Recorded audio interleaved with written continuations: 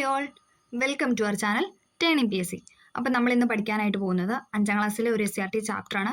കേരള കരയിൽ എന്നാണ് ചാപ്റ്ററിൻ്റെ പേര്. ഇത് ജോഗ്രഫി ആയിട്ട് നമുക്ക് ബന്ധപ്പെടുത്തി പറയാം. കേരള ജോഗ്രഫി ആയിട്ട് ബന്ധപ്പെടുത്തിയ ഒരു ചാപ്റ്ററാണ് കേരള കരയിൽ. നമുക്ക് സ്റ്റാർട്ട് ചെയ്യാം. ഓക്കെ, ആദ്യം തന്നെ ചെറിയൊരു ഇൻട്രൊഡക്ഷനൊക്കെ കൊടുത്തിട്ടുണ്ട്.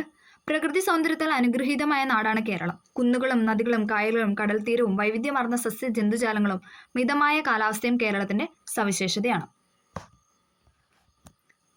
പിന്നെ SK പൊറ്റക്കാട് പറഞ്ഞ ഒരു കവിതയൊക്കെ ഇവിടെ കൊടുത്തിട്ടുണ്ട്. ഓക്കെ, നമുക്ക് നോക്കാം. ദേ ഇവിടെ കേരളത്തിൻ്റെ മാപ്പൊക്കെ കൊടുത്തിട്ടുണ്ട്. എല്ലാ ജില്ലകളും ഒക്കെ അടയാളപ്പെടുത്തിയാണ് കൊടുത്തേക്കുന്നത്. നമുക്ക് ഫസ്റ്റ് നോക്കാനുള്ള ഭൂപ്രകൃതി. പടിഞ്ഞാറ് അറബിക്കടലിനോട് ചേർന്ന മണൽ നിറഞ്ഞ പ്രദേശങ്ങളിൽ തുടങ്ങി കുന്നുകളും താഴ്വരകളും കടന്ന് കിഴക്കൻ അതിർത്തിയിൽ എത്തുമ്പോഴേക്കും കുതിച്ചു പാഞ്ഞൊഴുകുന്ന കാട്ടാറുകളും ഉയരം കൂടിയ കൊടുമുടികൾ ഉൾക്കൊള്ളുന്ന വൈവിധ്യമാർന്ന ഭൂപ്രകൃതിയാണ് നമ്മുടെ കൊച്ചു കേരളത്തിനുള്ളത്. ആ ഒരു സെന്റൻസിൽ തന്നെ എത്ര പോയിന്റ്സ് അല്ലേ? ഓക്കെ, നമുക്ക് നോക്കാം. പടിഞ്ഞാറ് അറബിക്കടലിനോട് ചേർന്ന മണൽ നിറഞ്ഞ പ്രദേശങ്ങളിൽ, അവിടെയാണ് സ്റ്റാർട്ട് ചെയ്യുന്നത്. മണൽ നിറഞ്ഞ പ്രദേശങ്ങളിൽ തുടങ്ങി കുന്നുകളും താഴ്വരകളും കടന്ന് കിഴക്കൻ അതിർത്തിയിൽ എത്തുമ്പോഴേക്കും കുതിച്ചു പാഞ്ഞൊഴുകുന്ന കാട്ടാറുകളും ഉയരം കൂടിയ കൊടുമുടികളും ഉൾക്കൊള്ളുന്ന വൈവിധ്യമാർന്ന ഭൂപ്രകൃതിയാണ് നമ്മുടെ കേരളത്തിനുള്ളത്. സമുദ്രനിരപ്പിൽ നിന്നുള്ള ഉയരത്തെ അടിസ്ഥാനമാക്കി നമ്മുടെ കേരള ഭൂപ്രകൃതിയെ നമ്മൾ 3ആയിട്ട് തരംതിരിച്ചിട്ടുണ്ട് അല്ലേ? നമുക്കറിയാം, മലനാട്, ഇടനാട്, തീരപ്രദേശം. സമുദ്രനിരപ്പിന്റെ ഉയരത്തിനനുസരിച്ച് നമ്മൾ കേരളത്തിന്റെ ഭൂപ്രകൃതിയെ 3ആയിട്ടാണ് തരംതിരിച്ചത്. Very very very important. PYQ ആണ്. ഒരുപാട് ക്വസ്റ്റ്യൻ ചോദിച്ചിട്ടുണ്ട്. മലനാട്, ഇടനാട്, തീരപ്രദേശം. നമുക്ക് നോക്കാം. മലനാട് നോക്കി, ഒരു ഫിഗറൊക്കെ തന്നിട്ടില്ല, കുറെ പർവ്വതവും ഒക്കെ തന്നിട്ടുണ്ടല്ലേ. സമുദ്രനിരപ്പിൽ നിന്ന് ഏകദേശം 75 മീറ്ററിൽ കൂടുതൽ ഉയരമുള്ള പ്രദേശമാണ് മലനാട്. Very important. സമുദ്രനിരപ്പിൽ നിന്ന് ഏകദേശം 75 മീറ്ററിൽ കൂടുതൽ ഉയരമുള്ള പ്രദേശമാണ് മലനാട്. PSN ചോദിച്ചും അടുത്തൊരു പോയിന്റ് ആണെന്നല്ലേ. ഉയരം കൂടിയ കുന്നുകളും മലകളും ഒക്കെയുള്ള ഈ ഭൂപ്രകൃതി വിഭാഗത്തിൽ നിന്നാണ് നമ്മുടെ നദികളെല്ലാം ഉത്ഭവിക്കുന്നത്. അപ്പം മലനാടിൽ നിന്നാണ് എല്ലാ നദികളും ഉത്ഭവിക്കുന്നത്. കേരളത്തിലെ എല്ലാ നദികളും ഉത്ഭവിക്കുന്നത് എവിടുന്നാന്ന് ചോദിച്ചാൽ എവിടുന്ന? മലനാട്. ഈ ഭൂപ്രകൃതി വിഭാഗത്തിന്റെ ഭൂരിഭാഗവും വനമാണ്. ഓക്കെ, ഇവിടെ കൂടുതലും വനമാണ് അല്ലേ. അടുത്താണ് സഹ്യന്റെ മടിയിൽ. തെക്ക് തമിഴ്നാട് മുതൽ വടക്ക് ഗുജറാത്ത് വരെ വ്യാപിച്ചു കിടക്കുന്ന പശ്ചിമഘട്ട മലനിരകളുടെ ഭാഗമാണ് കേരളത്തിന്റെ മലനാട് പ്രദേശം. അപ്പൊ നമുക്ക് കിട്ടിയല്ലേ, തെക്ക് തമിഴ്നാട് മുതൽ വടക്ക് ഗുജറാത്ത് വരെയാണ് പശ്ചിമഘട്ട മലനിരകൾ വ്യാപിച്ചു കിടക്കുന്നത്. ഒന്നും കൂടെ പറയാം, തെക്ക് തമിഴ്നാട് മുതൽ വടക്ക് ഗുജറാത്ത് വരെയാണ് പശ്ചിമഘട്ട മലനിരകൾ വ്യാപിച്ചു കിടക്കുന്നത്. അതിന്റെ ഭാഗമാണ് ഏതെന്ന് പറയുന്നത്? കേരളത്തിന്റെ മലനാട് പ്രദേശം എന്ന് പറയുന്നത്. കടുവ, പുലി, വരയാട്, സിംഹവാലൻ, കുരങ്ങ് എന്നിവയും രാജവെമ്പാലകൾ ഉൾപ്പെടുന്ന പലതരം പാമ്പുകളും നിരവധി ഇനം പക്ഷികൾ, ചിത്രശലഭങ്ങൾ തുടങ്ങിയ അപൂർവമായ ജീവികളും പശ്ചിമഘട്ടത്തിലുണ്ട്. കടുവ, പുലി, വരയാട്, സിംഹവാലൻ, കുരങ്ങ് എന്നിവയും രാജവെമ്പാല ഉൾപ്പെടെ പലതരം പാമ്പുകളും നിരവധി ഇനം പക്ഷികൾ, ചിത്രശലഭങ്ങൾ തുടങ്ങിയ അപൂർവമായ ജീവികളും പശ്ചിമഘട്ടത്തിൽ കാണാനായിട്ട് സാധിക്കും. ഓക്കെ, ഈട്ടി, അകില്, ചന്ദനം, രക്തചന്ദനം തുടങ്ങിയ മരങ്ങളും പലതരം ഓർക്കിഡുകളും നിറഞ്ഞതാണ് പശ്ചിമഘട്ട മേഖല എന്ന് പറയും. അപ്പം ഈട്ടി, അകില്, ചന്ദനം, രക്തചന്ദനം തുടങ്ങിയ മരങ്ങളും പലതരം ഓർക്കിഡുകളും നിറഞ്ഞ പ്രദേശമാണ് ഇതെന്ന് പറയാം പശ്ചിമഘട്ട മേഖല എന്ന് പറയുന്നത്. ഈ പ്രദേശത്തിന് സഹ്യപർവ്വതനിര എന്നും പറയുന്നുണ്ട്. സഹ്യപർവ്വതനിരം എന്നും പശ്ചിമഘട്ടം അറിയപ്പെടുന്നുണ്ട്. പശ്ചിമഘട്ടത്തിന്റെയും അവിടുത്തെ ജീവജാലങ്ങളുടെയും ചിത്രങ്ങൾ ഇന്റർനെറ്റിൽ നിന്നും ശേഖരിച്ച് സാമൂഹ്യശാസ്ത്രം ലാബിലെ ബുക്കിൽ അവരോട് കുറിക്കാനാണ് പറഞ്ഞിരിക്കുന്നത്. നമുക്ക് നോക്കാം. നിശബ്ദതയുടെ താഴ്വരയിലും, ഇവിടെ ഒരു ബോക്സ് തന്നിട്ടുണ്ട്. പാലക്കാട് ജില്ലയിലെ മണ്ണാർക്കാട് താലൂക്കിൽ ഉൾപ്പെടുന്ന പശ്ചിമഘട്ട വനപ്രദേശമാണ് സൈലന്റ് വാലി. ഇതിലെല്ലാ പോയിന്റും ചോദിച്ചിട്ടുണ്ട്. സൈലന്റ് വാലി എവിടെയാണ്, ഏത് ജില്ലയിലാണ്, ഏത് താലൂക്കിലാണ് എന്നൊക്കെ ചോദിച്ചിട്ടുണ്ട്. അപ്പോൾ പഠിക്കണം. പാലക്കാട് ജില്ലയിലെ മണ്ണാർക്കാട് താലൂക്കിൽ ഉൾപ്പെടുന്ന വനപ്രദേശമാണ് സൈലന്റ് വാലി. ചീവീടുകൾ അപൂർവമായതുകൊണ്ടാണ് ഈ പ്രദേശത്തിന് സൈലന്റ് വാലി അഥവാ നിശബ്ദ താഴ്വര എന്ന പേര് വന്നത്. ചീവീടുകൾ അപൂർവമായതുകൊണ്ടാണ് ഈ പ്രദേശത്തിന് സൈലന്റ് വാലി അഥവാ നിശബ്ദ താഴ്വര എന്ന പേര് വന്നത്. വംശനാശ ഭീഷണി നേരിടുന്ന സിംഹവാലൻ, കുരങ്ങുകൾ ഉൾപ്പെടെ നിരവധി സസ്യ ജന്തുജാലങ്ങളുടെ ആവാസ കേന്ദ്രം കൂടിയാണ് ഈ വനപ്രദേശം. അപ്പം നമുക്ക് കൂടുതലായിട്ടും സൈലന്റ് വാലിയിൽ കാണപ്പെടുന്ന ഏത് മൃഗമാണ് ചോദിച്ചാൽ ഏതാണ്?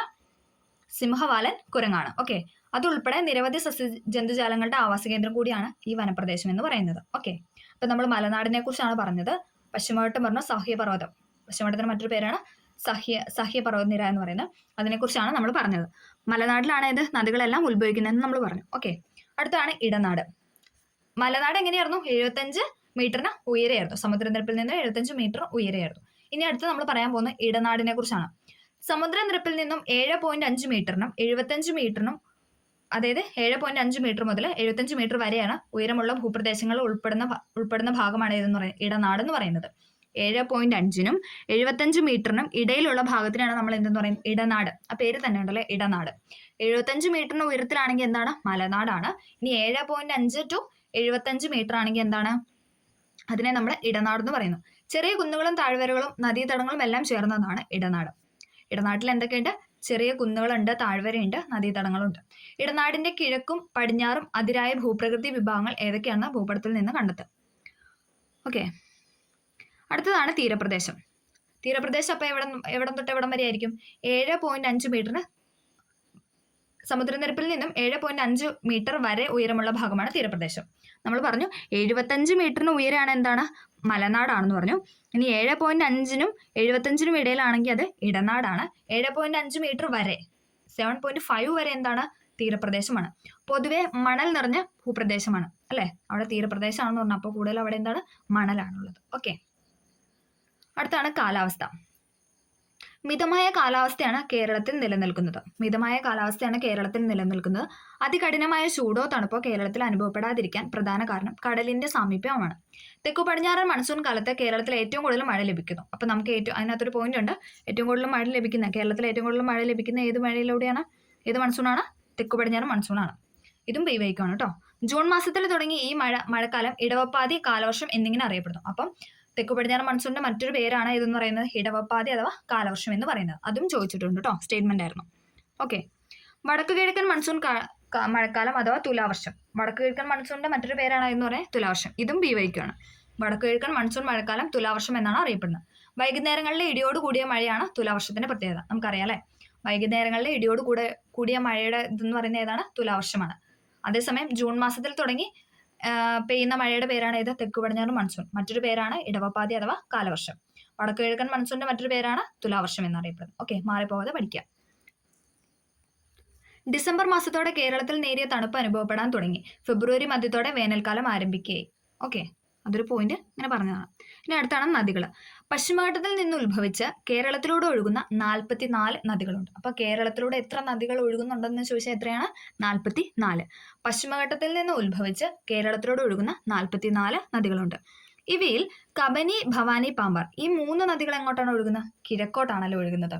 അതായത് കബനി, ഭവാനി, പാമ്പാർ എന്നീ 3 നദികൾ കിഴക്കോട്ടാണ് ഒഴുകുന്നത്. ബാക്കിയെല്ലാം എങ്ങോട്ടാണോ? പടിഞ്ഞാറോട്ടാണ് ഒഴുകുന്നത്. ഓക്കെ, പെരിയാറാണ് കേരളത്തിലെ ഏറ്റവും നീളം കൂടിയ നദി. PYQ important. പെരിയാറാണ് കേരളത്തിലെ ഏറ്റവും നീളം കൂടിയ നദി അല്ലെ. അടുത്തൊരു ബോക്സ് ആണ് പുനർജനി എന്ന് പറഞ്ഞിട്ട് നൽകിയിരിക്കുന്നത്. 1/4 നൂറ്റാണ്ട് മുമ്പ് വറ്റിവരണ്ടുപോയ അട്ടപ്പാടിയിലെ കൊടുങ്ങരപ്പള്ളം പുഴ അതിന്റെ ഒഴുക്ക് വീണ്ടെടുത്ത് കൊണ്ടിരിക്കുന്നു. ഇതും PYQ ആണ്, കറണ്ട് അഫെയർ കൂടിയാണ്, അതുകൊണ്ട് വെരി ഇമ്പോർട്ടൻറ്റ്. ഓക്കെ, 1/4 നൂറ്റാണ്ട് മുമ്പ് വറ്റിവരണ്ടുപോയ അട്ടപ്പാടിയിലെ കൊടുങ്ങരപ്പള്ളം പുഴ അതിന്റെ ഒഴുക്ക് വീണ്ടും എടുത്തുകൊണ്ടിരിക്കുന്നു. തമിഴ്നാട് അതിർത്തിയിലെ പെരുമാൾമുടിയിൽ നിന്ന് ഉത്ഭവിച്ച് ഭവാനിപ്പുഴയിൽ എത്തിച്ചേരുന്ന പുഴയാണ് കൊടുങ്ങരപ്പള്ളം പുഴ. അപ്പൊ ഇത് എവിടെ ഉത്ഭവിക്കുന്നതെന്ന് ചോദിച്ചാൽ എവിടെയാണ്? തമിഴ്നാട്ടിലെ അതിർത്തിയിലെ പെരുമാൾമുടിയിലാണ് ഉത്ഭവിക്കുന്നത്. ഇനി അത് എവിടെ എത്തിച്ചേരുന്നതെന്ന് ചോദിച്ചാൽ ഭവാനിപ്പുഴയിലാണ്. ഓക്കെ, വനനശീകരണമാണ് പുഴയുടെ നാശത്തിന് വഴിതെളിച്ചത്. മഴക്കുഴികള്, തടയണകൾ എന്നിവയുടെ നിർമ്മാണം, കാട് വെച്ചു പിടിപ്പിക്കൽ തുടങ്ങിയ പ്രവർത്തനങ്ങൾ മൂലം പുഴ നീരൊഴുക്ക് വീണ്ടെടുത്ത് അട്ടപ്പാടി പ്രദേശത്തോടെ വീണ്ടും ഒഴുകിക്കൊണ്ടിരിക്കുന്നു. ഇത് PYQ ആണ്, കറണ്ട് അഫെയറും ആണ്. അപ്പം പഠിച്ചിരിക്കുക. ഓക്കെ, അടുത്തതാണ് കായൽ. ഓക്കെ, അടുത്താണ് കായൽ. കടലിനോട് ചേർന്ന് കാണപ്പെടുന്ന വലിയ ജലാശയങ്ങളെയാണ് കായൽ എന്ന് പറയുന്നത്. കടലിനോട് ചേർന്ന് കാണപ്പെടുന്ന വലിയ ജലാശയങ്ങളെയാണ് നമ്മൾ കായൽ എന്ന് പറയുന്നത്. ആലപ്പുഴ, കോട്ടയം, എറണാകുളം ജില്ലകളിലായി വ്യാപിച്ചു കിടക്കുന്ന വേമ്പനാട്ട് കായൽ കേരളത്തിലെ ഏറ്റവും വലിയ കായലാണ്. അപ്പം അതും ഇമ്പോർട്ടൻ്റ് ആണ്. കേരളത്തിലെ ഏറ്റവും വലിയ കായൽ ഏതാണെന്ന് ചോദിച്ചാൽ ഏതാണ്? വേമ്പനാട്ട് കായൽ. കേരളത്തിലെ ഏറ്റവും നീളം കൂടിയ നദി ചോദിച്ചാൽ പെരിയാർ. ഓക്കെ, മത്സ്യബന്ധനം, കക്കവാരല്, കയർ വ്യവസായം, വിനോദസഞ്ചാരം എന്നിവയ്ക്ക് വേണ്ടി കായലുകൾ പ്രയോജനപ്പെടുത്തുന്നു. മത്സ്യബന്ധനം, കക്കവാരല്, കയർ വ്യവസായം, വിനോദസഞ്ചാരം എന്നിവയ്ക്ക് വേണ്ടി കായലുകൾ പ്രയോജനപ്പെടുത്തുന്നു. അടുത്താണ് തടാകങ്ങൾ. കരയാൽ ചുറ്റപ്പെട്ട വലിയ ജലാശയങ്ങളാണ് തടാകങ്ങൾ. ഇമ്പോർട്ടൻ്റ് ആണ്. കരയാൽ ചുറ്റപ്പെട്ട വലിയ ജലാശയങ്ങളെയാണ് നമ്മൾ തടാകങ്ങൾ എന്ന് പറയുന്നത്. കരയാൽ ചുറ്റപ്പെട്ട വലിയ ജലാശയങ്ങളെയാണ് തടാകം എന്ന് പറയുന്നത്. കൊല്ലം ജില്ലയിലെ ശാസ്താംകോട്ട തടാകമാണ് സംസ്ഥാനത്തെ ഏറ്റവും വലിയ ശുദ്ധജല തടാകം. അപ്പൊ നമ്മൾ പറഞ്ഞു ഇമ്പോർട്ടൻ്റ് ആണ്, PYQ ആണ്. അതായത് ശുദ്ധജല തടാകം ഏതാണ്? കേരളത്തിലെ ഏറ്റവും വലിയ ശുദ്ധജല തടാകം ചോദിച്ചാൽ ഏതാണ്? ശാസ്താംകോട്ട. ഏത് ജില്ലയിൽ എന്ന് ചോദിച്ചാൽ കൊല്ലം. ഇങ്ങനെ 2 തരത്തിലും ക്വസ്റ്റ്യൻ ചോദിച്ചിട്ടുണ്ട്. കൊല്ലം ജില്ലയിലെ ശാസ്താംകോട്ട തടാകമാണ് സംസ്ഥാനത്തെ ഏറ്റവും വലിയ ശുദ്ധജല തടാകം. അപ്പം നമ്മൾ ആദ്യം പറഞ്ഞത് നദീനെ കുറിച്ചായിരുന്നു. ഏറ്റവും നീളം കൂടിയ നദിയായിരുന്നു പെരിയാറ്. പിന്നെ നമ്മൾ പറഞ്ഞത് കായലാണ്. കായൽ ഏതാ? വേമ്പനാട്ട് കായലാണ് ഏറ്റവും വലുതെന്ന് പറഞ്ഞു. ഇനി അടുത്ത് തടാകം ചോദിച്ചു. അതിൽ ഏറ്റവും വലിയ ശുദ്ധജല തടാകം ഏതാണെന്ന് ചോദിച്ചു കഴിഞ്ഞാൽ ഏതാണ്? ശാസ്താംകോട്ടയാണ്. ഓക്കെ. നദികളും കായലുകളും തടാകങ്ങളും കേരളീയരുടെ ജീവിതവുമായി ഏറെ ബന്ധപ്പെട്ടിരിക്കുന്നു. നമുക്കറിയാം അല്ലെ. ചരിത്രപരമായും സാംസ്കാരികപരമായും പ്രാധാന്യം അർഹിക്കുന്ന പല സ്ഥലങ്ങളും നദീതീരങ്ങളിലാണ് സ്ഥിതി ചെയ്യുന്നത്. അടുത്താണ് നമ്മൾ പറയാൻ പോകുന്ന കൃഷിയും ജനജീവിതവും. കേരളം ഒരു കാർഷിക പ്രാധാന്യമുള്ള സംസ്ഥാനമാണ്. വളക്കൂറുള്ള മണ്ണും ധാരാളമായി ലഭിക്കുന്ന മഴയും കേരളത്തിൽ കൃഷിക്ക് അനുകൂലമായ സാഹചര്യമാണ് ഉണ്ടാകുന്നത്. തീരപ്രദേശങ്ങളിൽ തെങ്ങ്, നെല്ല് തുടങ്ങിയ വിളകളാണ് മുഖ്യമായും കൃഷി ചെയ്യുന്നത്. അടുത്ത പോയിന്റ്, തീരപ്രദേശങ്ങളിൽ തെങ്ങ്, നെല്ല് തുടങ്ങിയ വിളകളാണ് നമ്മൾ കൂടുതലായിട്ടും കൃഷി ചെയ്യുന്നത്. ഇവിടുത്തെ കായലുകൾ മത്സ്യകൃഷിക്ക് വ്യാപകമായി ഉപയോഗപ്പെടുത്തുന്നു. ഓക്കെ. ഇനി ഇടനാട്ടിൽ എത്തുമ്പോഴേക്കോ, ഇപ്പം നമ്മൾ തീരപ്രദേശം പറഞ്ഞു, ഇനി നമ്മൾ ഇടനാട്ടിലെ കാര്യമാണ് പറയുന്നത്.